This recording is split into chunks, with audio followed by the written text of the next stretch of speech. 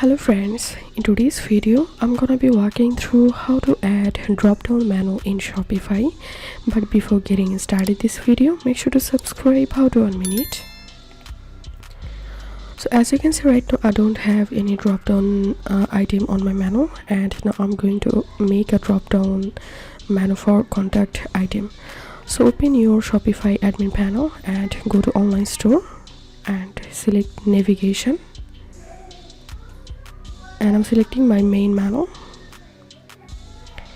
And here we can see I have created two items here, drop down 1 and drop down 2. So I want to put these two items inside of contact, so I'm simply clicking the drop down 1 and putting it inside of contact, and the same way I'm dragging this and putting inside of contact.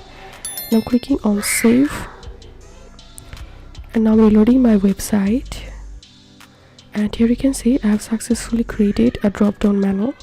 If you think to see more Shopify videos, please check the links and descriptions. If this video helped you, give a thumbs up and please consider subscribe. How to 1 minute. Thank you for watching.